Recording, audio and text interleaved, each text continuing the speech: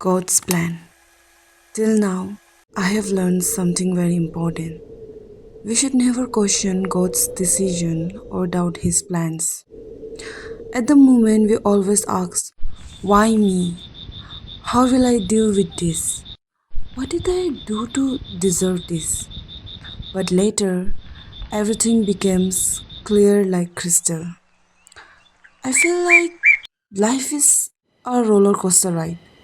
Sometimes it goes down, sometimes it goes up. When you're at the top, you fall very fast.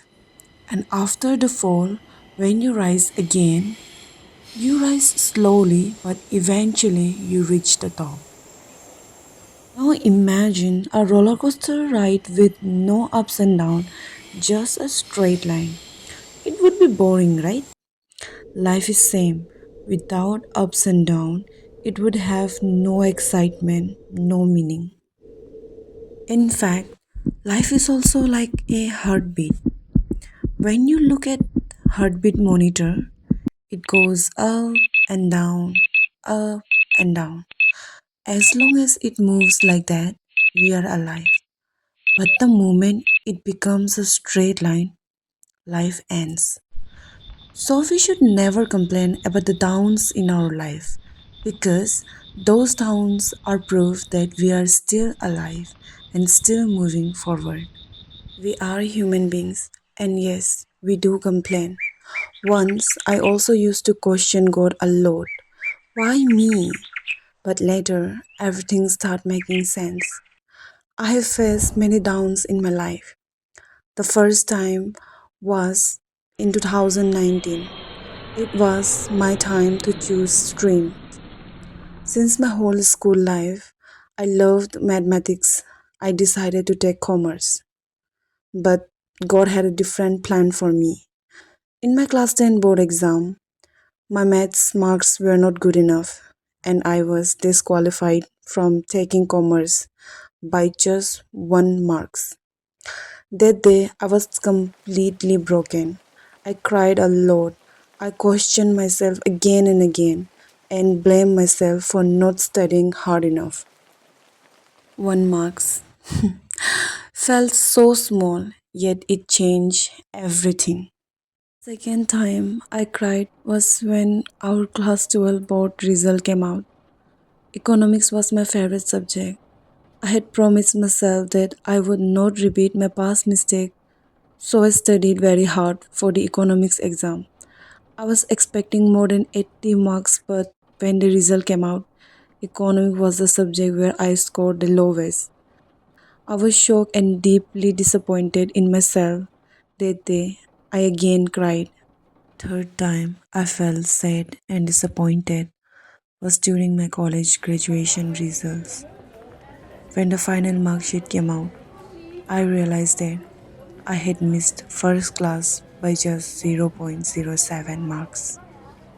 If I had scored just one more marks, I would have graduated with first class. That thought kept bothering me for a long time. After graduation, I decided to pursue my master degree because I had always dreamed of becoming an economics teacher one day. Another dream of mine was to study somewhere outside Arunachal and experience a new place. So I applied for the CUET exam and my exam center was in Itanagar, the capital region. But fate, fate had something else planned again. The day I was supposed to travel to Itanagar for the exam, a bandh was called in Assam, and because of that, I couldn't reach my exam center. When that happened, I felt completely helpless. Once again, I cried. But there was still one last hope, the RGU entrance exam. I thought that even if I couldn't study outside Arunachal, at least I could still pursue my master's degree there in RGU. When the RGU entrance result came out, my name was on the waiting list. Of course, I feel sad, But this time, the sadness was different. By then, life had already taught me something. No matter how much we plan, in the end, what God has written for us is what truly happens. And I remembered that I had once applied for the constable recruitment exam. So I decided to shift my full focus towards preparing for it. While preparing, I was mentally ready for failure because I knew the reality. In our state, lakhs of candidates apply for the same exam, and among them, many are preparing very seriously. So I didn't expect too much for myself, just decided to give my 100% effort.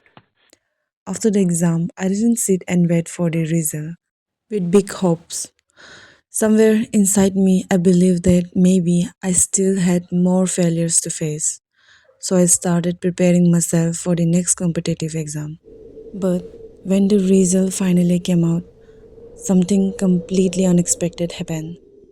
I got selected. That moment was shocking for me because deep inside I had never expected that I would actually be selected. After I got selected, I started recalling all those moments when I had cried and felt broken. Slowly, all those failures started making sense. At the end, I would like to say today's failure is tomorrow's strength. Today's pain is tomorrow's story. Today's confusion is tomorrow's clarity. After every down, an up will come. Maybe slowly, but it will come. Life always have ups and downs, and that's what makes it interesting. So, trust the process, trust the timing, trust God's plan. Because sometimes the delay you cry about today becomes the blessing you thank God for tomorrow.